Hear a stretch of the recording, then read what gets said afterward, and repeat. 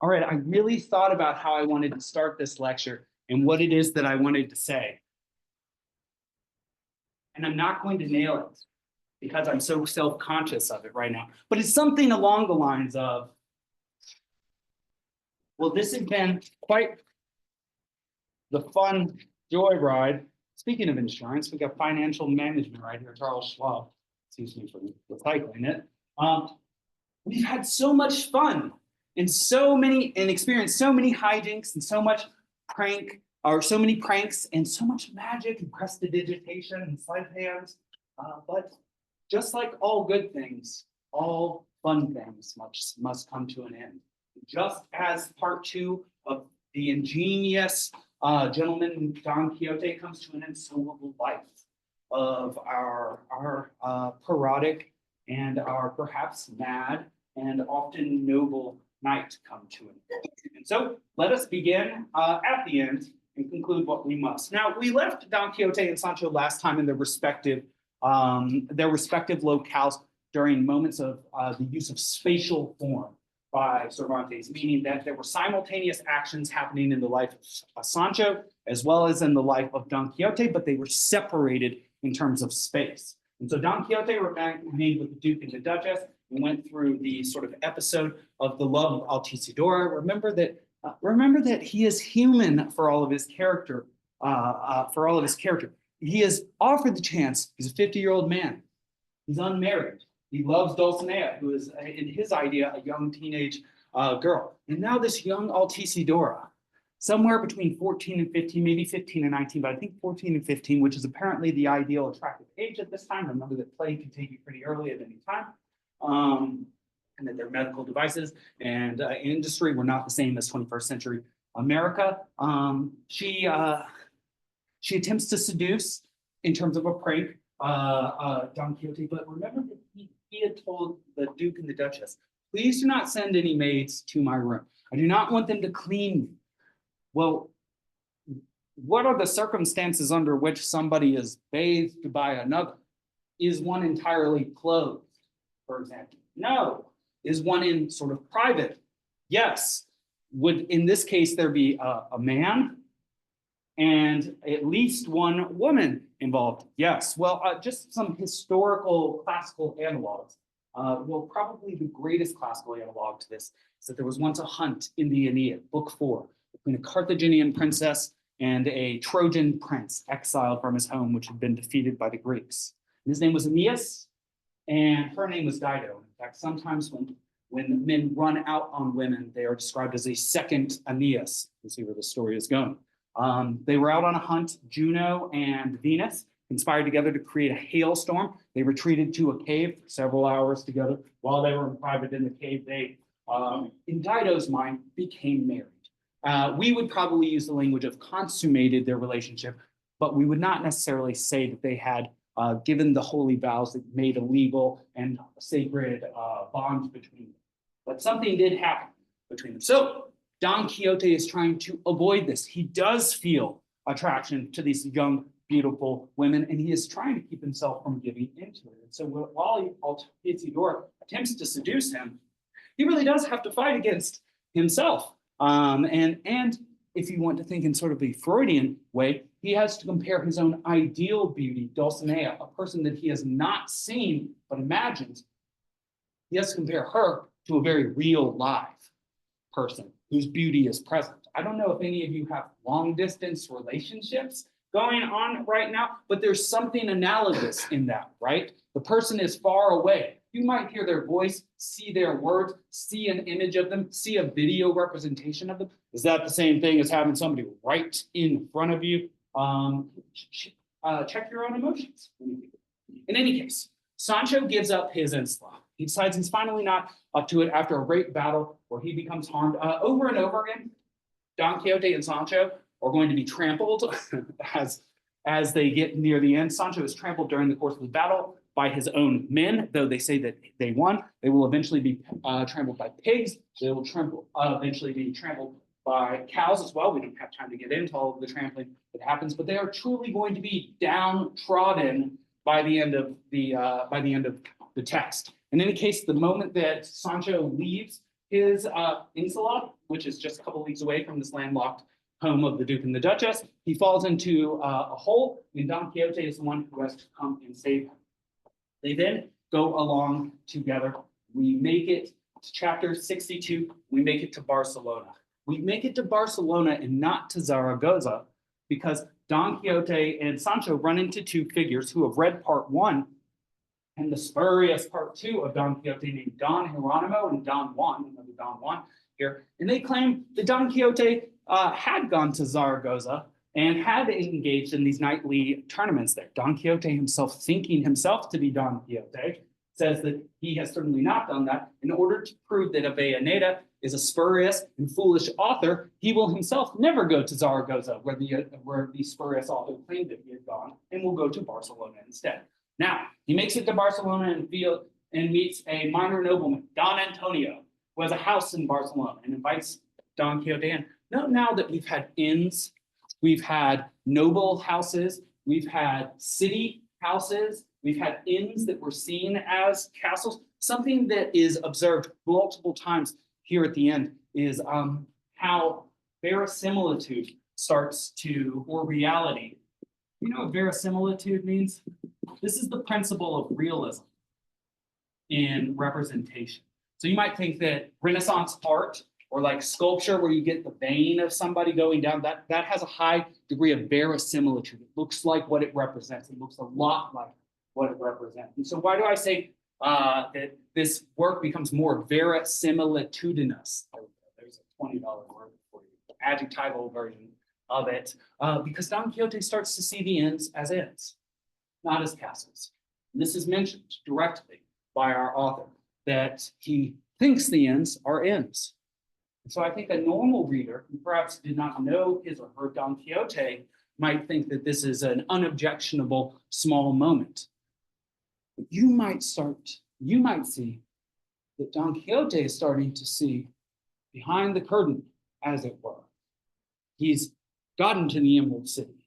He sees a giant representation of the head of Oz, and yet he's starting to see mechanical workings behind it and some little motion that indicates that there's something behind it all. He's starting to glimpse the truth of his situation.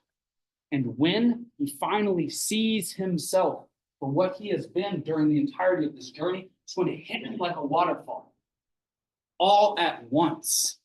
And the narrator, at the beginning of chapter 74, suggests that what kills Don Quixote is in fact sorrow and low spirits due to a loss in combat, perhaps a loss of his ideals that he experiences at the very end. I encourage you to see Don Quixote's despair that he will never see Dulcinea disenchanted as despair that he will never see the world changed and transformed in the way that he wishes to transform it. It is almost like this is the ultimate difficulty that an old man or an old person faces, which is to have a vision of transforming the world, seeing one's role in it, failing to achieve that, and losing time as well. And so perhaps this is a very deep message for you. That said, there are some hijinks that we need to get through before we get to the moroseness, the morbidity.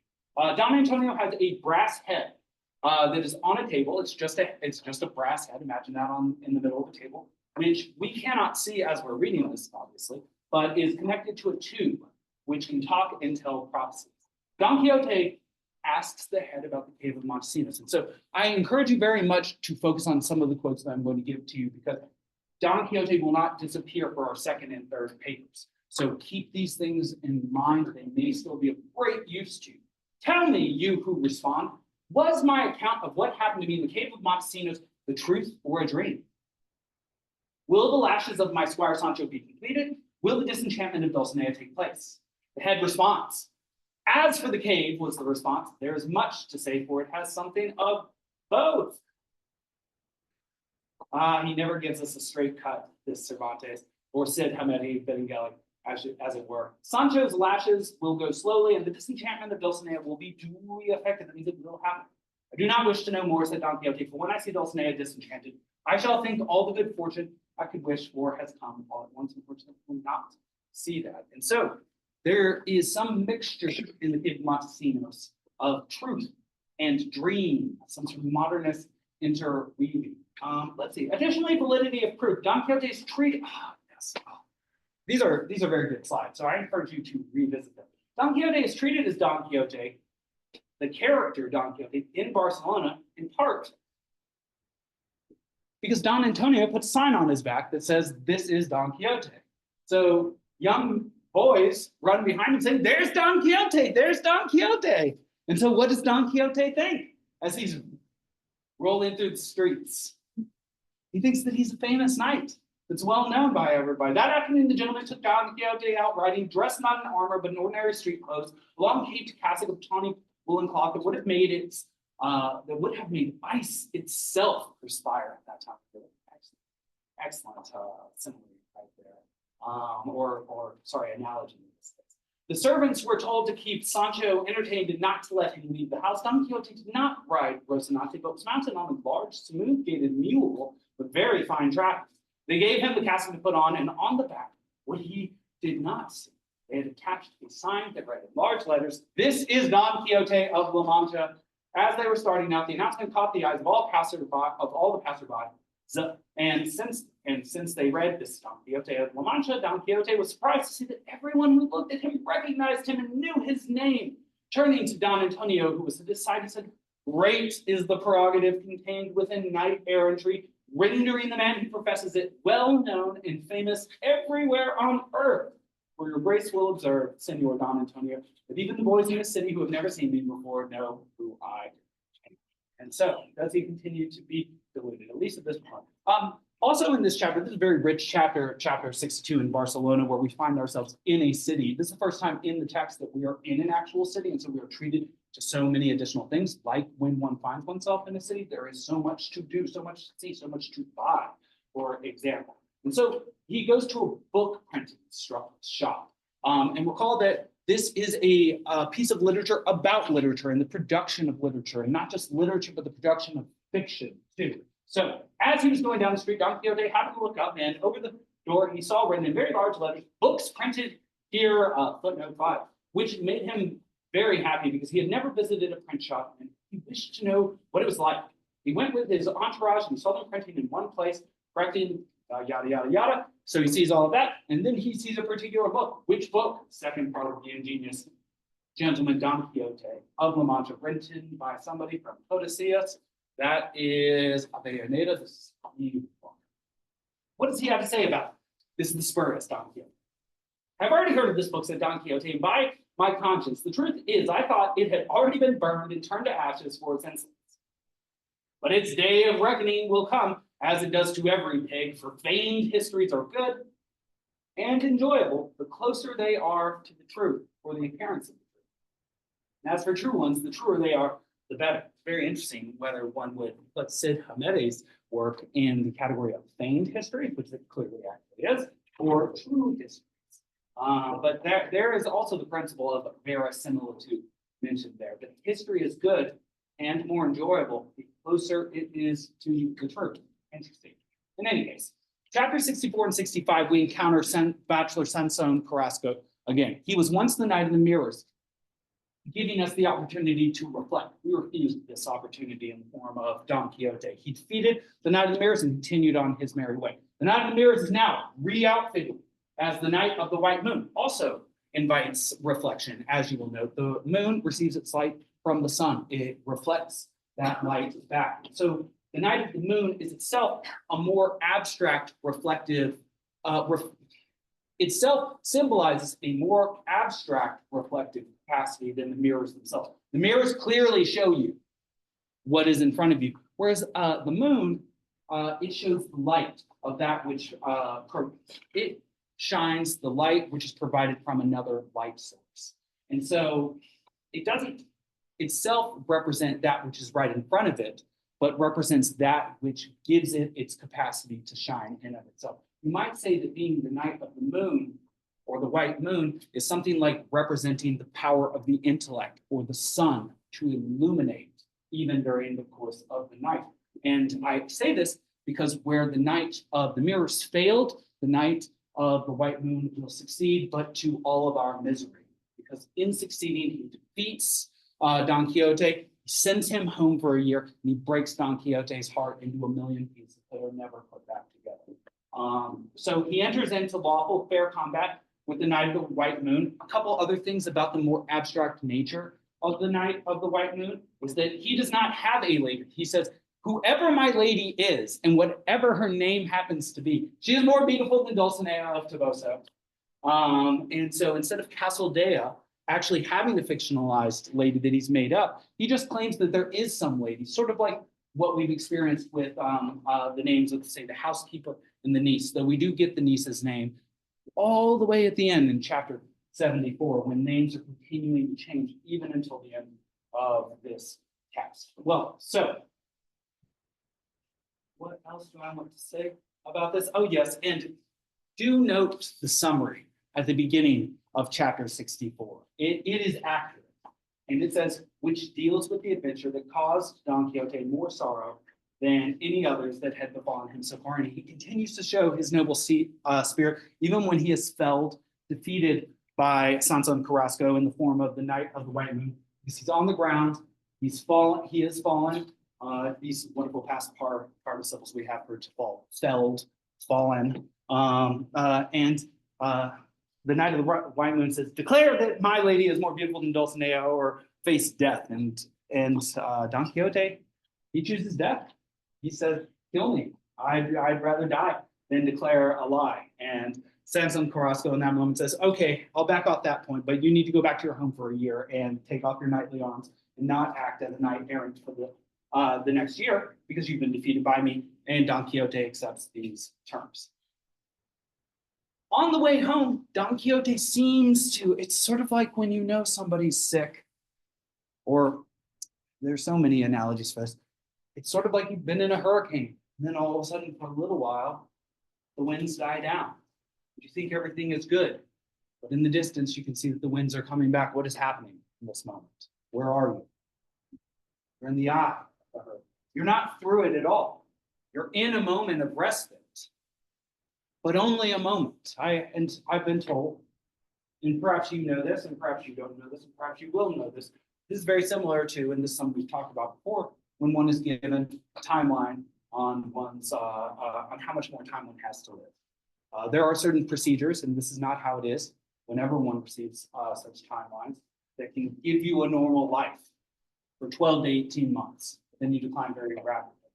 And a lot of people will choose to have such surgeries and to live out another 12 to 18 months, or however long it tends to be, while knowing that the good times will, I mean, we all know that the good times, as we know with Don Quixote, fun times will end, but themselves being extremely conscious of how much time they have. We are in that moment with Don Quixote. So, besides perhaps like Marcelo and Grisostomo, or Cardenio, or Dorotea, and all of these wonderful people, I can be a pastoral hero, and I can become a shepherd. So this is the meadow where we encountered the beautiful shepherdesses and gallant shepherds who wanted to restore and imitate pastoral Arcadia. Arcadia is this golden age area that pastoral writers always wish to go to. There's a very famous quote, something like 8 in Arcadia. There you go. It's supposed to be like I too am in Arcadia, without a verb in it. It's like hyperborea, or I'll see you on the other side.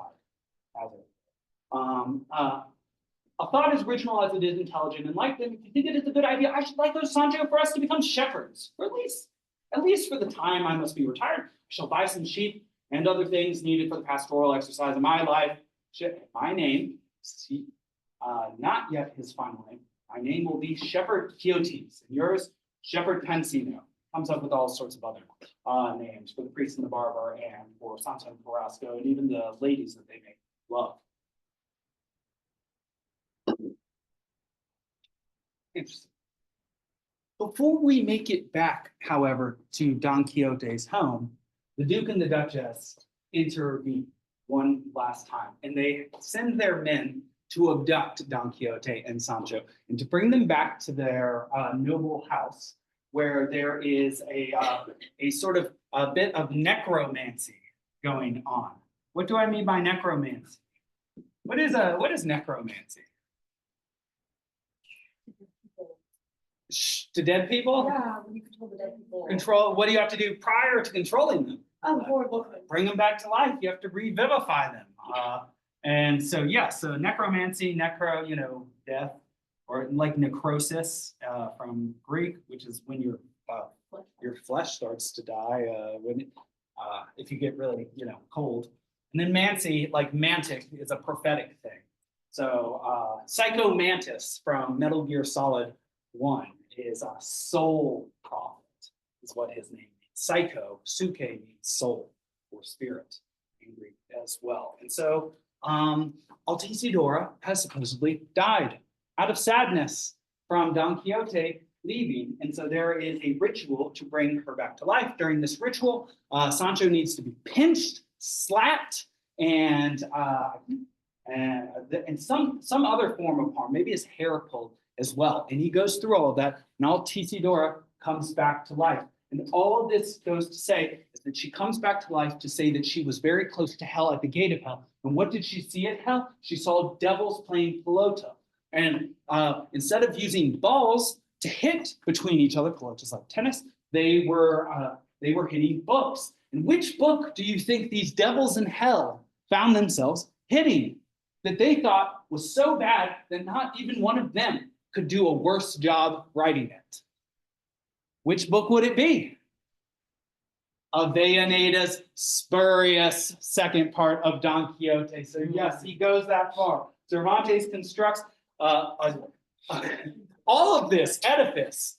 He goes through all of this trouble just to say that this is the worst book ever. And so, good Lord, Don Codfish. Well, oh no, sorry, that's the next one. Tell the truth, responded Altisidora. I probably did not die completely because I didn't enter hell. If I had, I really couldn't have left, even if I'd wanted to. Interesting theology right there. It's very Catholic.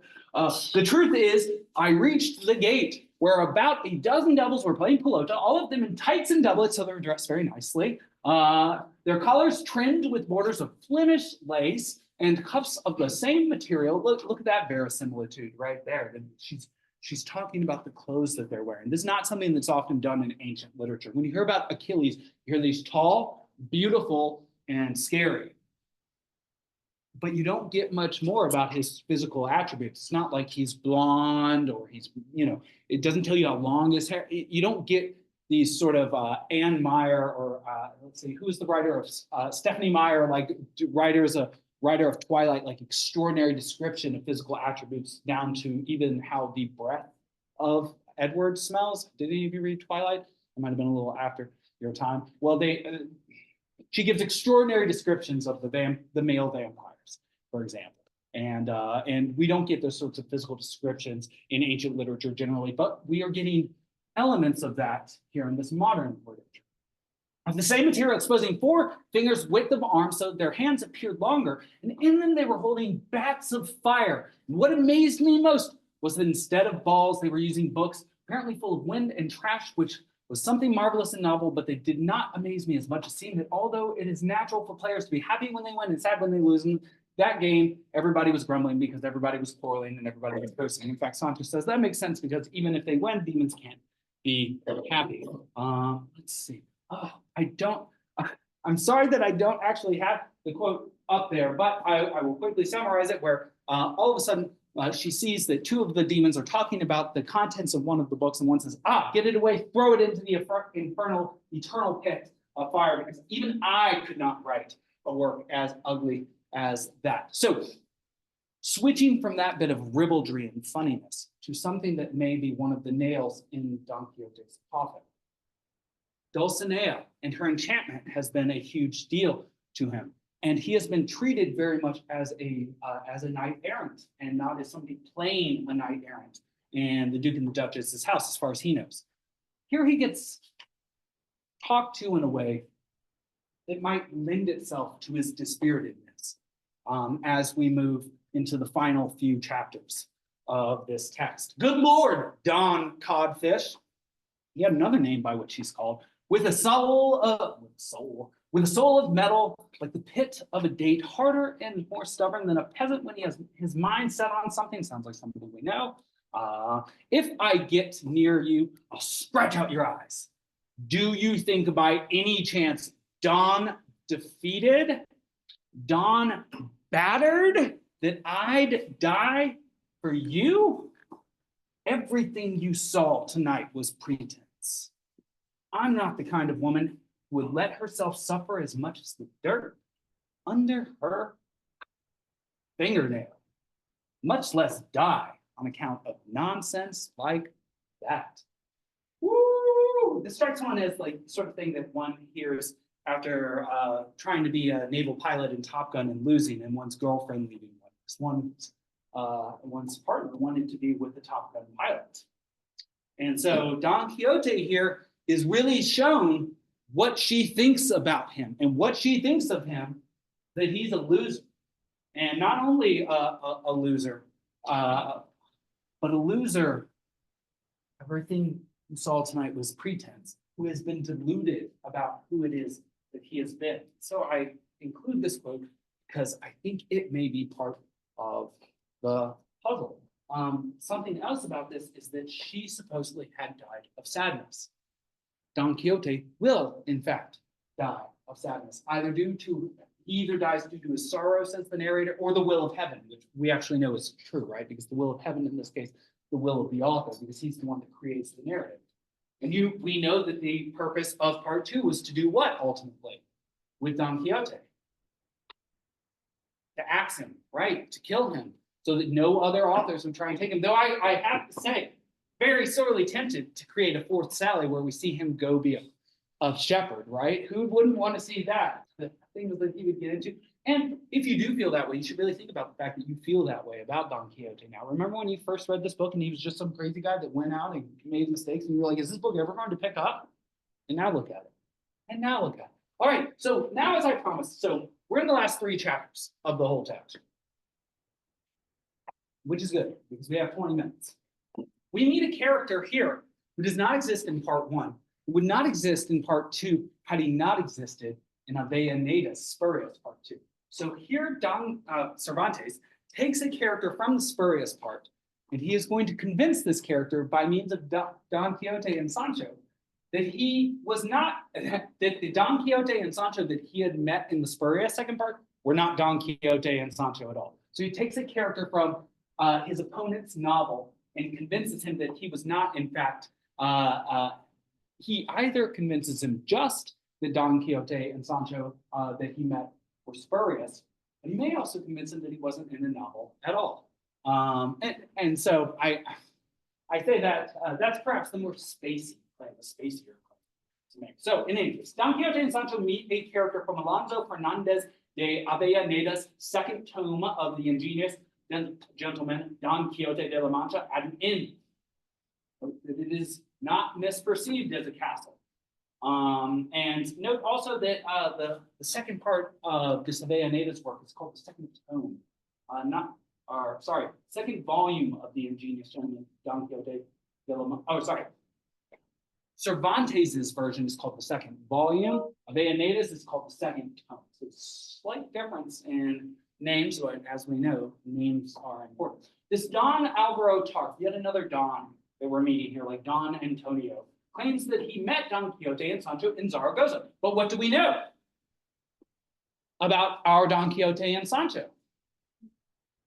Where have they never been? They've never been to Zaragoza. They chose explicitly not to go there because of Avellaneda's work. They went where instead? Barcelona, which is much better, because if you want to go visit somewhere and you have a literary connection, obviously you want to go to Barcelona, not to Zaragoza. Not that there's anything wrong with Zaragoza, but Barcelona is a pearl in that case. In any case, Don Alvaro Tarf claims that he met Don Quixote and Sancho in Zaragoza. But Don Quixote went to Barcelona, not to Zaragoza, despite Avellaneda, no doubt. And so Don Alvaro claims that Sancho was a dull-witted, vulgar, gluttonous, that means he overate, individual who never once said anything intelligent. And so Sancho changes his mind by saying one thing to him, one expression. I'm the real Sancho Panza, and I have more amusing things to say than there are rainstorms. Think about if he lived in Baton Rouge. And if you don't think so, your grace can put it to the test and follow after me for at least a year, and then you'll see whether or not amusing things drop off me at every step. So many of them that without my knowing what I've said most of the time, I make everybody who hears me laugh. And the real Don Quixote of La Mancha, the one who's famous, valiant, intelligent, and enamored, the righter of wrongs, the defender of wards and orphans, the protector of widows, a lady killer with maidens, literally at this point now, the one whose only lady is the peerless Dulcinea of Toboso. He is the gentleman here present, my master. Every other Don Quixote and any other Sancho Panza are a trick and what else? A dream. And in fact, this Don Alvaro Tarf immediately says, my God, you have already said more intelligent and interesting and funny things than the Sancho that I had. And he becomes convinced that he must have been enchanted when he saw the first Don Quixote and Sancho. And so Don Quixote and Sancho convince a character within their story who's from another story that he must have been enchanted in order to think that he had met Don Quixote and Sancho before when he was present in a work written by not Cervantes, which is fantastic. Sancho's debt and the 3,300 lashes fulfilled. So we heard from the prophecy of the head in chapter 62, Don Antonio's head, brass head, that Dulcinea's enchantment would be lifted. So the one question we might have is, how does Sancho go through it? He's only lashed himself. Do you know how many times he's lashed himself prior to this? 5 times. 5 out of 3,300. Not a very robust number. He's not looking good. And so he comes up with conceit to actually make this happen. And how is he going to do this? Well, instead of whipping himself, he will whip the tree. A nice image here. Don Quixote keeps count for him, but he doesn't have the angle on him. So he thinks that Sancho is whipping himself, but in fact, he's whipping that which is right behind him. He's very clever, this Sancho. And in fact, as I told you last time, Don Quixote does step in at one moment and says, just 1,000 at a time or so, Sancho, because I don't want you to die on account of this. And actually, that is something I should change from last time. I said that when Don Quixote had heard the great heart of Sancho, he said he could have not just 1 insula, but 10. It's actually something like 1,000 instead. All right, so chapter 73 and 74, let's get to the end of this text. They arrive at La Mancha. They arrive home. Don Quixote and Sancho, but can anyone ever really come home? And Don Quixote immediately sees a couple of signs. He hears 2 young children screaming, and one says, "You'll never see it." And he interprets that as you'll never see her being Dulcinea. He also sees a rabbit running and being chased by greyhounds. And he says, malum signum, which is good Latin for evil sign. Malum signum. I mean, as you know from malice and sign, these are words that come almost directly into English. In any case, Don Quixote now fears that he will never see Dulcinea. Why? Is this a mixture of losing to the Night of the White Moon, the words that Altisidora said to him? Does he have any inkling in his mind that figures like Don Antonio and Gines de Pasamonte and Sanson Carrasco and the Duke and the Duchess have all been using their knowledge of the first part and of his character in order to delude and to deceive him? Imagine if all at once you were to have lived the life that Don Quixote has been living, to realize that you have been a mockery, a joke that other people have been in on and have been using you to entertain themselves. And then to realize in that moment that you're also soon to die. What could you do to make restitution, to make sure that your life was not just a parody or a joke, but was meaningful and had some substance or actual value to other people? Though you may ask the question, did Don Quixote's life and the humor that he brought to others have more value than his life would have had he simply remained Alonso Cano the Good, which I think is a very interesting question, though perhaps pushing things. In any case, Don Quixote fears that he will never see Dulcinea now, and he takes to his bed and returns to his senses. He tells his niece and housekeeper that he fears that he has become sick. And so he takes to his bed.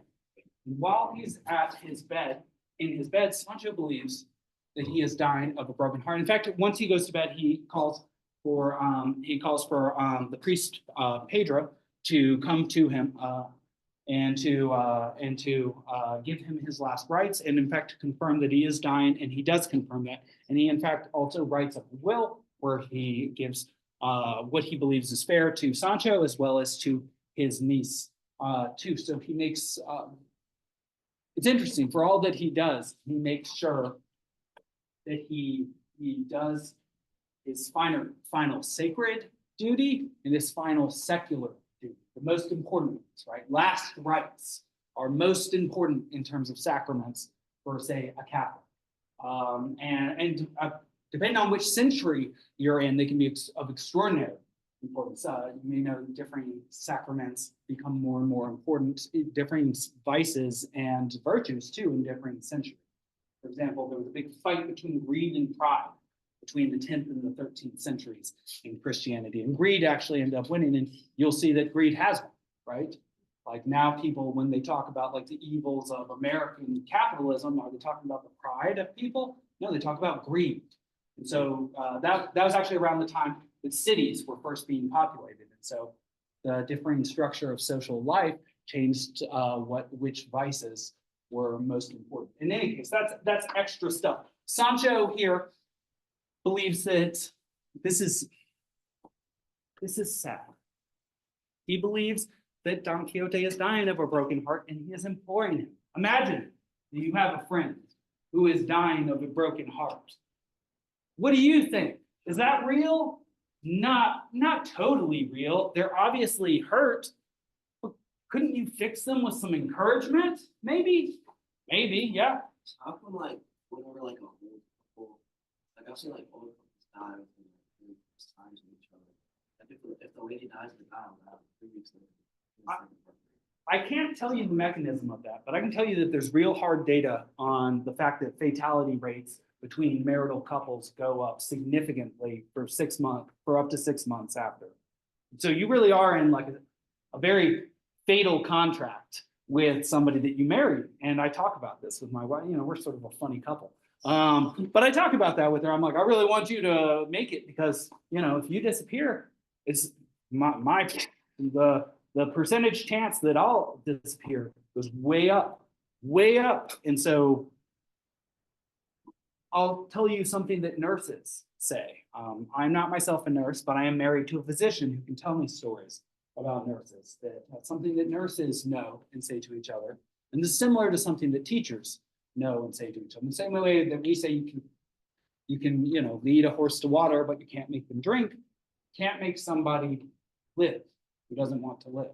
You can't make, and this is not something I know by direct experience. I only teach these representations of it, but it is supposedly a thing that people who give up on life, that's a very real thing. You have to want it. You have to fight. You probably remember from being very young and getting sick all the time when you were young. You really do have to fight to make it in this world. Whether it be bacteria or for the job that you want or to become the person you will. There are fights at every level. And so Sancho says, "Oh," responded Sancho, weeping, "don't die, Senor. Your grace should take my advice and live for many years, because the greatest madness a man can commit in this life is to let himself die just like that without anybody killing him." It's like something I remember thinking when I was younger. Or any other hands ending his life, except those of melancholy. Look, don't be lazy, but get up from that bed. It's Littlefoot, if you've ever seen The Land Before Time, and his mother after the fight with the Allosaurus. And let's go to the countryside dressed as shepherds, just like we arranged. Maybe behind some bush we'll find Senor Doña Dulcinea disenchanted, as pretty as you please. If you're dying of sorrow over being defeated, blame me for that and say you were toppled because I didn't tighten Rosinante's cinches. Besides, your grace must have seen in your books of chivalry that it's a very common thing for one knight to topple another, and for the one who's vanquished today to be the victor tomorrow. And so he implores Don Quixote, don't die, don't die. Let's go out to, this is how I think you know that Don Quixote is doomed. The same individuals that have been questioning him and telling him that he is mad, Sancho, the priest, the barber, and working to get him back home are the same ones who start to grant his conceits. Here, let's now go to Arcadia, which is, I think, what helps you to see that, in fact, the place that they are looking to go is Arcadia. Insofar as Arcadia exists forever, where?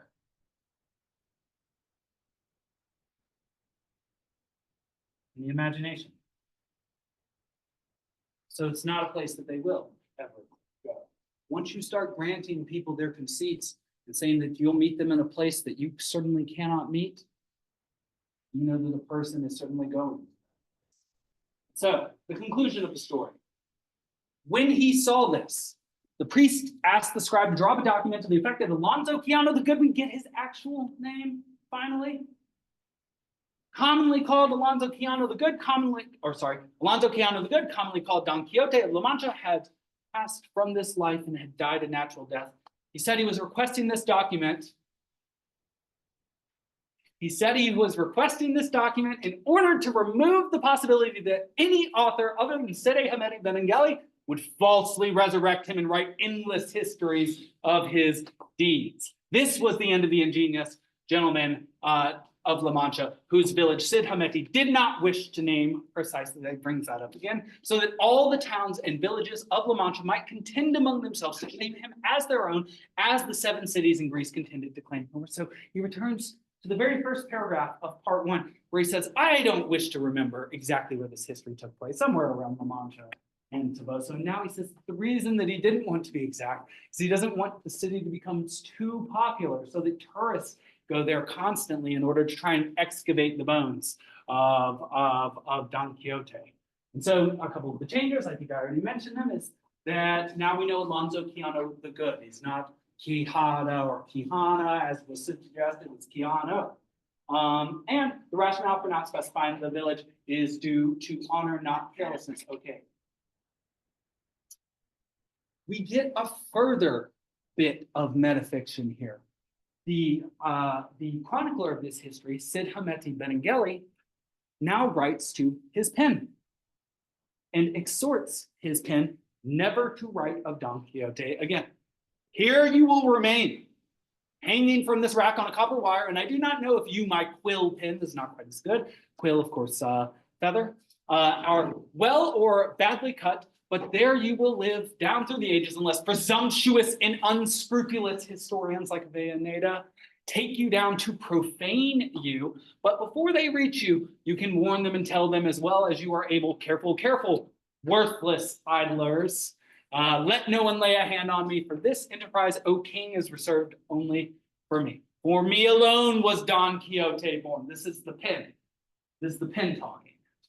And I for him. He knew how to act and I to write. The two of us alone are one, despite and regardless of the false Tordesillian writer who dared or will write to write with a coarse and badly designed ostrich feather about the exploits of my valorous knight. For it is not a burden for his shoulders or a subject. See how long this is? It's supposed to be this long, and it's supposed to be laughable, risible. Or a subject for his cold or a subject for his cold creativity, and you will warn him if you ever happen to meet him to let the weary and crumbling bones of Don Quixote rest in the grave, not attempt contrary to all statutes of death to carry him off to Castilla la Vieja, removing him from the tomb where he really and truly lies, incapable of undertaking a third journey or a new sally. For to mock the many undertaken by so many knights errant, the 2 he made were enough, and they have brought delight and pleasure to everyone who knows of them in these kingdoms, as well as those abroad. And with this, you will fulfill your Christian duty. This is funny because it's, of course, the Muslim ken. By giving good counsel to those who do not wish you well, and I shall be pleased and proud to have been the first who completely enjoyed the fruits of his writing, just as he wished. For my only desire has been to have people reject and despise false and nonsensical histories of the books of chivalry, which are already stumbling over the history of my true Don Quixote and will undoubtedly fall to the ground. Vale. Vale is what you say, it's a well wish. It means be well. Farewell is our version of that. It literally means the exact same thing. All right, things I just want to touch on in the next 3 minutes before we go. Here's a very nice definition of modernism that I think will help you, that I found in conjunction with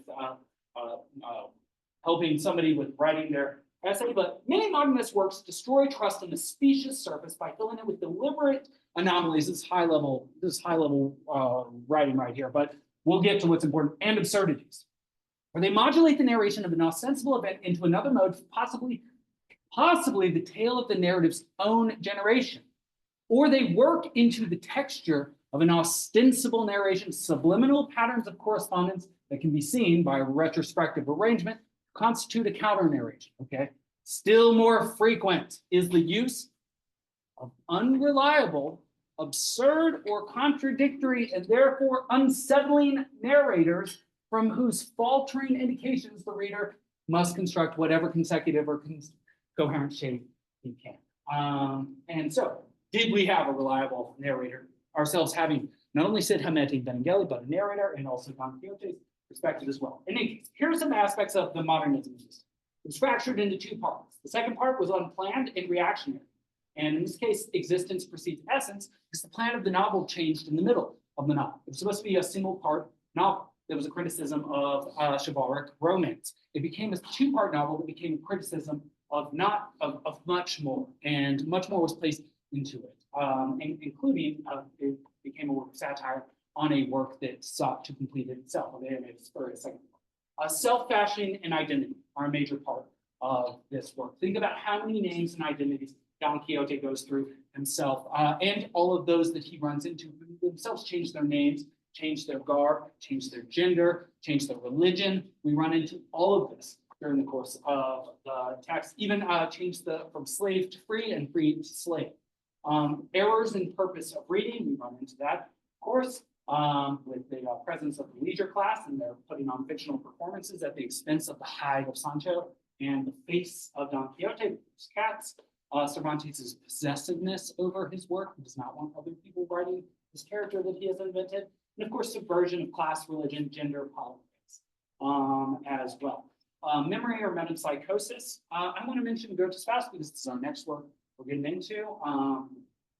It too is split into two parts, but because the first part was written fairly quickly, and the second part took about something like 50 years to complete, and was a work of tremendous maturity. So it is a work in two parts for different reasons. One other thing I'll say about the popularity of this work is that this work is the work by which all Spanish literature is judged. All Spanish literature, whether it be from Latin America, Spain, or anywhere else that produces Spanish literature, like the Philippines, for example, and 100 to 500 million copies have been sold. I just want you to keep that number in mind. Up to 500 million copies of this text have been sold. So when you think about the influence of this text on the world in which we live, it's tremendous. All right, and then masterpiece. One thing I'll mention is that we continue to make adaptations of this text, including one in 2018 by the very famous Terry Gilliam, The Man Who Killed Don Quixote, which has Adam Driver in it. Kylo Ren, also famous from Girls, if you ever saw that HBO show. Did you? No? Well, I've kept you 1 minute too long. We'll see you all on Monday, but remember,